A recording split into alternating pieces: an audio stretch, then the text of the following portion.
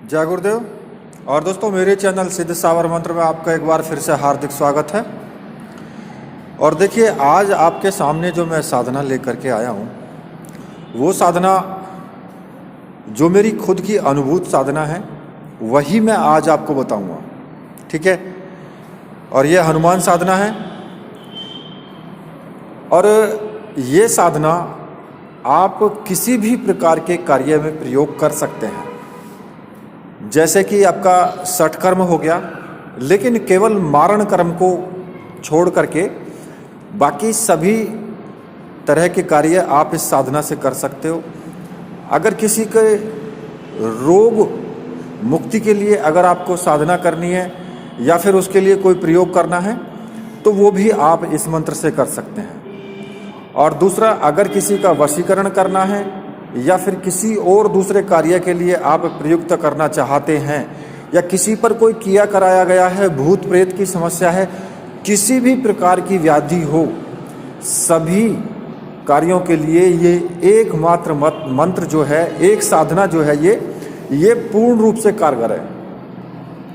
और इस साधना को मैं आपको बताने से पहले एक रिक्वेस्ट और करूँगा कि देखिए, वीडियो को पूरा देखना, स्किप मत करना बिल्कुल भी। और रही आपकी गायत्री साधना की बात, तो मैंने पिछली वीडियोस में डाला है गायत्री मंत्र की साधना कैसे करनी चाहिए। अब उससे गायत्री मंत्र से हम तरह तरह के कार्यों के लिए भी हम प्रयोग कर सकते हैं। जैसे कि धन प्राप्ति के लिए गायत्री मंत्र का प्रयोग कैसे किया जाता है, या रोगों की निवृत्ति के लिए, रोग समाप्ति के लिए, किसी भी प्रकार का रोग हो तो उसके लिए गायत्री मंत्र का प्रयोग कैसे कर सकते हैं, वो मैं अलग से वीडियो दूंगा। हालांकि गायत्री मंत्र के जो टॉपिक है, उस टॉपिक पर अभी कोई पूर्ण विराम नहीं लगा है, लेकिन बीच में मेरे मन में आया कि मतलब मुझको ये साधना दे देनी चाहिए, तो मैं ये साधना आपको आज इसलिए मैं दे रहा हूँ पहले। ठीक है। तो देखिए, इस साधना में आपको क्या करना है कि आपको केवल कुछ सामग्रियों की आवश्यकता होगी इसमें, जैसे कि मंत्र सिद्ध हनुमान यंत्र, लाल मूंगा माला और एक रक्षा माला। इन 3 सामग्रियों की आवश्यकता होगी, जो कि मंत्र सिद्ध और प्राण प्रतिष्ठा युक्त होनी चाहिए। और दूसरा, आपको मैं एक चीज़ और बता देता हूँ कि ये मंत्र जो है, ये तांत्रिक मंत्र है, इसलिए ये षटकर्मों में यूज हो सकता है। ठीक है। और यूज किया ही जाता है, लेकिन केवल मारण कर्म को छोड़ते हुए। और ये जो सामग्री मैंने आपको बताई है, ये सामग्री आप प्राप्त कर सकते हैं। ऊपर मैंने आपको व्हाट्सएप नंबर दिया है और डिस्क्रिप्शन में भी अपना व्हाट्सएप नंबर दिया है, तो मुझे आप व्हाट्सएप कर सकते हैं, सामग्री आप प्राप्त कर सकते हैं और उसके बाद फिर साधना कर सकते हैं। दूसरा, मैं आपको एक और चीज़ इसमें बताता हूं कि देखिए, ऐसा बिल्कुल भी ना करें आप कि मैंने बताई है मूंगे की माला, आप कहें मुझसे कि जी रुद्राक्ष की माला चल जाएगी। तो देखिए, क्लियर सी बात है, जो साधना में बताई गई है सिर्फ वही चलेगी। इसके लिए ना तो मेरे पास मैसेज करें कि ऐसे चल जाएगी या वैसे चल जाएगी, अपनी उसमें बुद्धि मत घुसेड़ना। ठीक है। क्योंकि मुझे पता है, तरह तरह की यूट्यूब पर तरह तरह की वीडियोस देख करके आप लोग भ्रमित हो चुके हो। माइंड काम नहीं करता है। जब एक ही टॉपिक पर 10 वीडियो देख लेंगे ना, तो एक ने कुछ कहा, दूसरे ने कुछ कहा, तीसरे ने कुछ कहा, अब पता नहीं कौन सा सच बोल रहा है। तो इसलिए बिल्कुल भी ऐसा मत करना, वरना दिमाग से पैदल हो जाओगे, कुछ नहीं सूझेगा। जैसे कहते ना कि कपड़े की दुकान पे जाओ सामान खरीदने के लिए, अगर उसने 50 तरह के कपड़े फेंक दिए सामने, तो पता नहीं लगेगा कि कौन सा लेना है, तो इसलिए भ्रमित हो जाओगे। तो इन सभी, और दूसरी बात कि दूसरे के चैनल पर देख करके और दूसरी की साधना के विषय में कि गुरुजी ये कैसे होगी, ये मुझसे बिल्कुल मत पूछना, बिल्कुल भी नहीं पूछना। उसी से पूछना जिसकी वीडियो है, क्योंकि वही बेहतर बता सकता है। ठीक है। तो देखिए ये सामग्री जो मैंने बताई है यही सामग्री लगेगी, इसके अलावा किसी भी तरह की कोई सामग्री की और आवश्यकता नहीं है। बाकी तो आपको दीपक लगाना है, लाल रंग के पुष्प लेने हैं और धूप बत्ती अगरबत्ती जो भी है वो भी ले सकते हैं, सिंदूर थोड़ा सा जो कि तिलक करने के लिए, और थोड़ा सा मिठाई ले लें या लड्डू वगैरह जो भोग लगाने के लिए वो ले सकते हो। ठीक है, और ये साधना किसी भी मंगलवार से शुरू कर सकते हो या किसी भी शनिवार से शुरू कर सकते हो।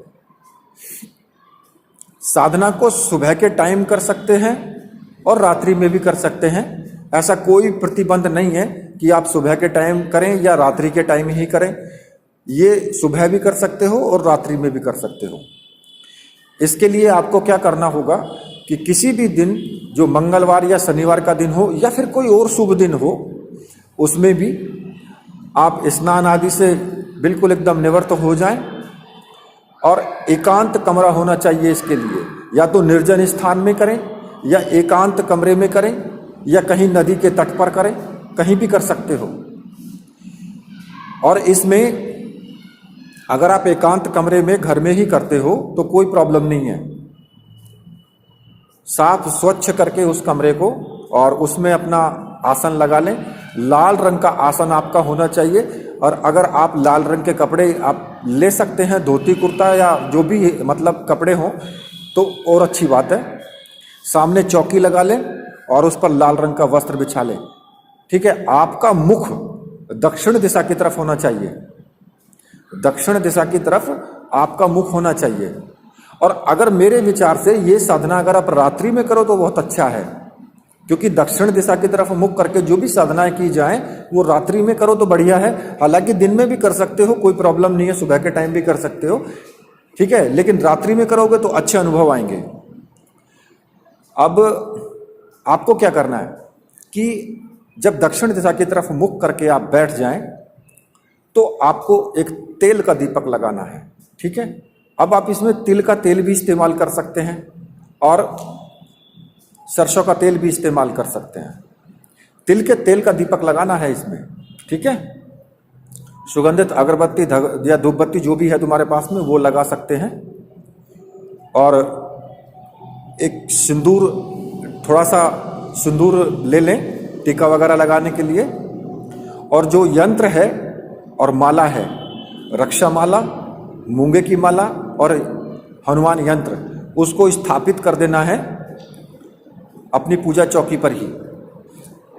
सबसे पहले आपको क्या करना है, सबसे पहले भगवान श्री गणेश का स्मरण करना है, हाथ जोड़ के प्रार्थना करनी है। और छोटा सा इसका चाहे आप मन में ही कर सकते हैं, या जिसको अगर कि मान लिया कि बोला ना जाए, हालांकि बोल सकते हो तो बड़ी अच्छी बात है। वक्रतुंडाय महाकाय सूर्य कोटि संप्रभम निर्विघ्नम कुरु मे देव सर्व कार्येषु सर्वदा।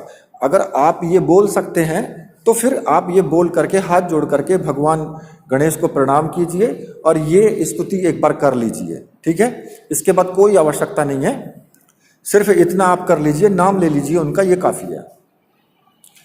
उसके बाद आपको अपने गुरु की पूजा करनी है। अगर आपके गुरु हैं तो उन्हीं का पूजन कीजिए, अगर गुरु नहीं है तो भगवान शिव को गुरु मान करके पूजा कर सकते हो, स्टार्ट कर सकते हैं साधना को, कोई दिक्कत नहीं है। और उसमें आपको क्या करना है कि उनको नैवेद्य वगैरह, नैवेद्य तो खैर लास्ट में आप एक कटोरी में थोड़ा सा चढ़ा देना, बाकी उनको टीका लगा सकते हैं धूप दीप दिखा करके, और एक छोटा सा पूजन और गुरुदेव से मन ही मन आज्ञा ले करके कि गुरुदेव मैं ये साधना करने जा रहा हूँ, इसमें मुझे पूर्ण सफलता मिले। और इसी के साथ फिर आपको क्या करना है कि अगर जो आपका गुरु मंत्र है उस गुरु मंत्र का आप केवल एक माला या दो माला जो भी आपकी इच्छा हो वो आप जाप कर सकते हैं। अगर गुरु मंत्र नहीं है, भगवान शिव को गुरु माना है, तो ओम नमः शिवाय या फिर महामृत्युंजय मंत्र, जो भी मंत्र आपके याद है उस मंत्र का आप प्रतिदिन फिर आपको जाप करना है। प्रतिदिन फिर जाप करें। अगर गुरु मान लिया है तो प्रतिदिन जाप करना है, चाहे आप 5 माला का ही करो, 2 माला का करो, लेकिन प्रतिदिन जाप करो फिर। ठीक है, और जब ये हनुमान जी की साधना कर रहे हो तो भाई राम को तो बिल्कुल मत भूलना। वरना फिर अड़चने तो आ ही जाएंगी, कोई नहीं संभाल सकता है। क्योंकि हनुमान साधना एक बहुत उच्च कोटि की साधना होती है, कोई ये छोटी मोटी साधना नहीं है, बहुत उच्च कोटि की साधना होती है हनुमान साधना। तो इसलिए भगवान श्री राम को मत भूलना बिल्कुल भी, क्योंकि ये उनके परम सेवक हैं और परम भक्त हैं उनके। यदि उनका नाम लिया जाए तो ये वहीं पर प्रसन्न हो जाते हैं। चाहे आपने कितनी भी बड़ी गलती कर दी हो, लेकिन भगवान श्री राम की अगर स्तुति आपने कर दी तो समझो कि आपकी सब गलतियां माफ। तो इसलिए भगवान श्री राम को जरूर स्मरण करना है, उनकी पूजा अर्चना करनी है। एक छोटी सी पूजा उनकी भी करें, टीका वगैरह लगाएं, और भगवान श्री राम की अगर स्तुति कर सकें तो बड़ी अच्छी बात है। अगर स्तुति कर सकें तो बहुत अच्छी बात है, स्तुति कर लेना, वो किताबों में लिखा होगा स्तुति जो होती है, ठीक है। और अगर ना भी अगर कर पाए तो फिर आपको क्या करना है कि थोड़ा हाथ जोड़ करके बैठ जाएं, भगवान श्री राम का ध्यान करें और राम रामाय नमः इस मंत्र का 5 मिनट जाप कर लें। और अगर आप चाहते हैं कि आप कहीं बाहर साधना कर रहे हैं, जैसे कि निर्जन स्थान में कर रहे हैं या कहीं भी कर रहे हैं, तो वहां पर आपको क्या करना है कि 108 बार भगवान श्री राम का यही मंत्र बोल करके, राम रामाय नमः ये मंत्र बोल करके, और चारों तरफ एक गोल घेरा खींच दें। तो उसमें क्या होगा कि उसमें कोई भी शक्ति प्रवेश नहीं कर पाएगी, क्योंकि राम नाम की दुहाई लगी है।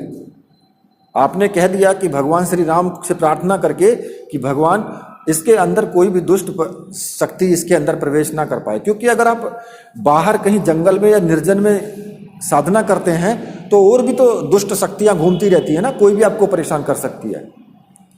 खाली ये नहीं कि हनुमान जी परेशान करेंगे, वहां कोई दूसरी शक्ति भी, या फिर कोई भी साधना करो तो हमेशा सुरक्षा चक्र लगा के करना अगर कहीं बाहर कर रहे हो तो, निर्जन स्थान में, क्योंकि वहां पर बहुत सारी शक्तियां घूमती रहती हैं। तो इसलिए कोई भी शक्ति उस वक्त आपको डिस्टर्ब कर सकती है।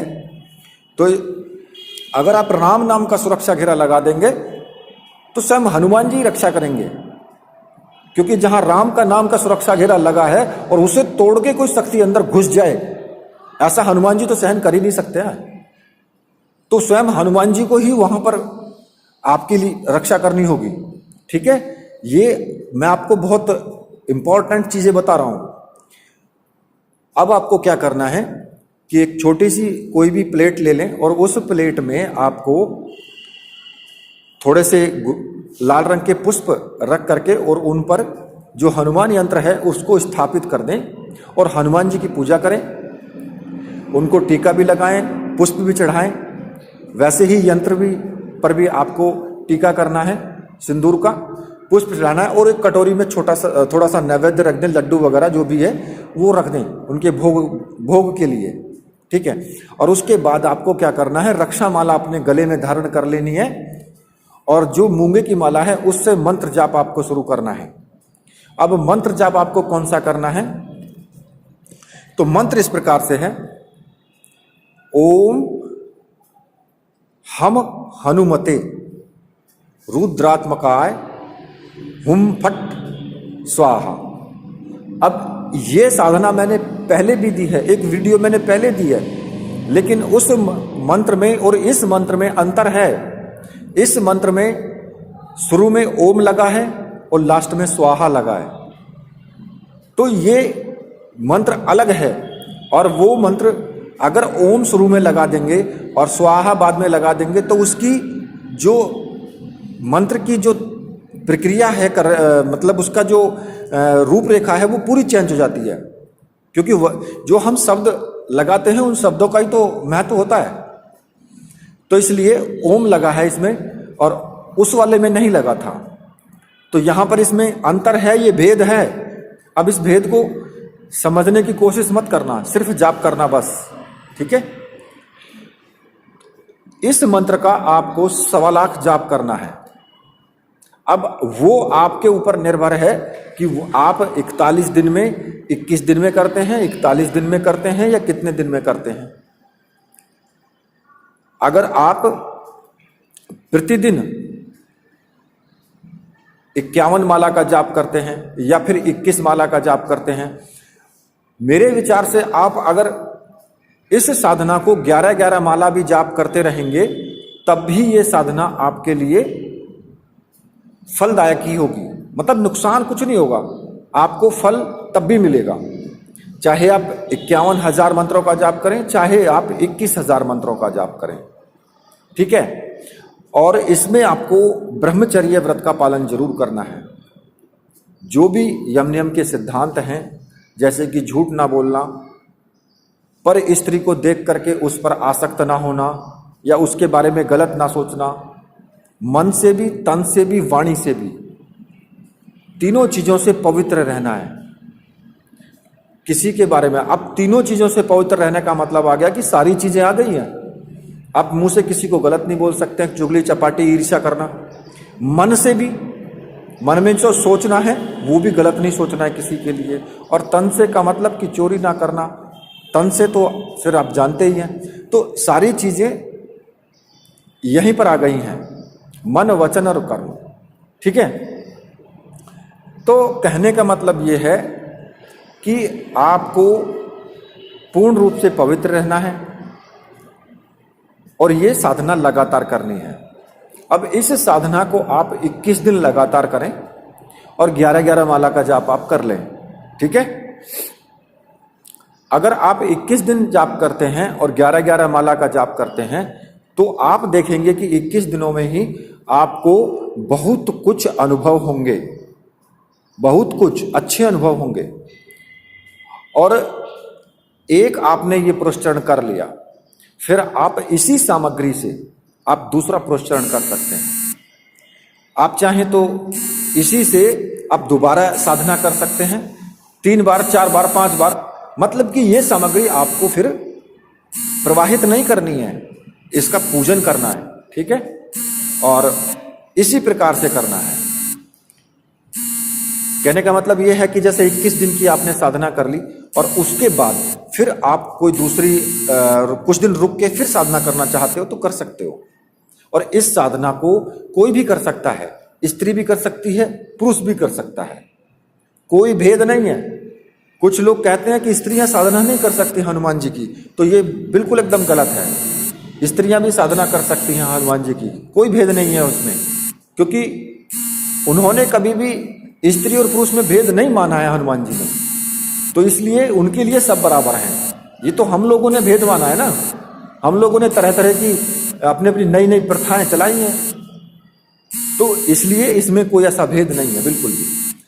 ये साधना करो। अब आता है कि भाई इस मंत्र का अगर आप 1.25 लाख जाप कर लेते हैं तो मंत्र पूर्ण रूपेण सिद्ध हो जाता है, फिर आप इसका प्रयोग कर सकते हैं। कभी भी किसी को भी, जैसे कि मान लिया वशीकरण करना है, तो आपको क्या करना है कि 5 बार 11 बार मंत्र बोल करके और किसी भी चीज पर पढ़ करके उसके नाम से कि फलाने का वशीकरण फलाने से हो जाए और उसको दे देना है। अगर वो उसको खा लेता है दोनों तो फिर उनका वशीकरण हो जाएगा।